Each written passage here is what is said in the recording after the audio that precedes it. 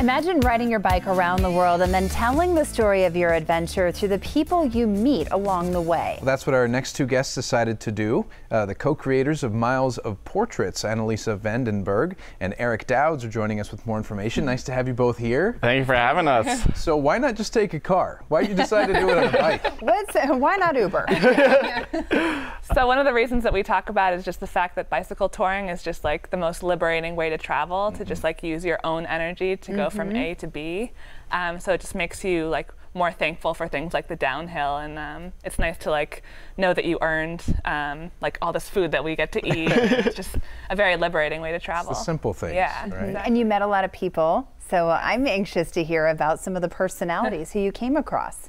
Yeah, I think people are always curious who we stay with, and so often we'll be going into a small town and sharing our story, and that's when people end up inviting us into their homes, whether they have an extra guest bedroom or a backyard. And so here in Tucson, we're actually staying with a coach for the Juvenile Diabetes Research Fund. Really? And so those are some of those casual connections that you make, and it's really incredible to see that warmth around the U.S. Well, it can sometimes last a lifetime, right? I mean, these people will always be stuck in your memory, and same to them. They'll always remember the two bikers that came and wanted a room. So what does it take to do one of these trips? I mean, you're talking about around the world. You're talking miles and miles. How do you prepare?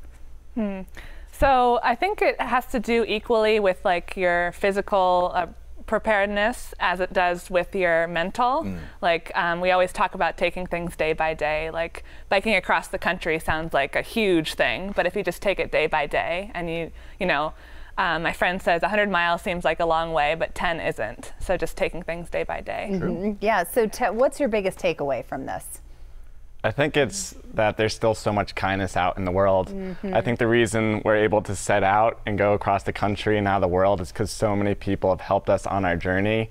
And that's a huge surprise and a big takeaway that we weren't expecting when we set out. Oh yeah, I mean, you don't have a safety net. You're just relying on the kindness of people that you meet along the way, which is pretty awesome. Well, and all those people you referred to, is that what Trail Family is, or is that something different? Yeah, so that's included in it.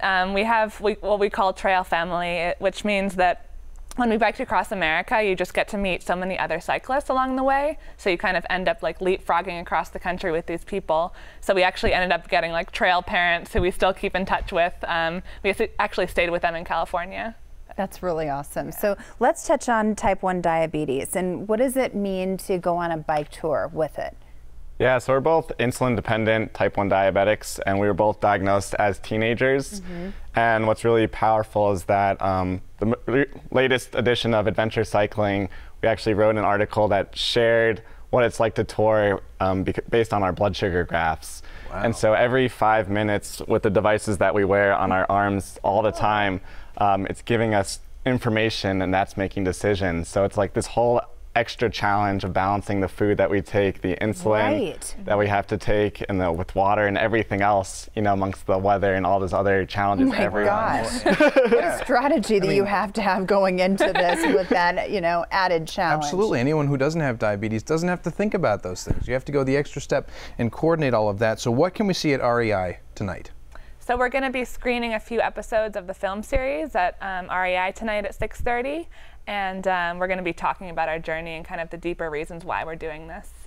I think it's a great thing that you're doing, and you're inspiring so many people. And Alex was asking, because he's been interested in maybe doing some biking, and he's like, so tell me, should I do it? You know, a little trepidation there, but they unequivocally said yes. Get on the bike, get back on it, don't give up. It's certainly a great exercise, I can say that for sure, and obviously a great way to meet people. Yes. That's why we got to meet you, so thanks for being here today. Of course, we're here till Friday, so we can go out to Sabino Canyon together or anything else around town. That would be awesome. Let's do it. We'll swim in the water. Nice to have you guys. Thank you. And you can catch the screening of the film at the REI, as we said, on Wetmore Road. It starts at 6:30, and you can register for a seat at milesofportraits.com.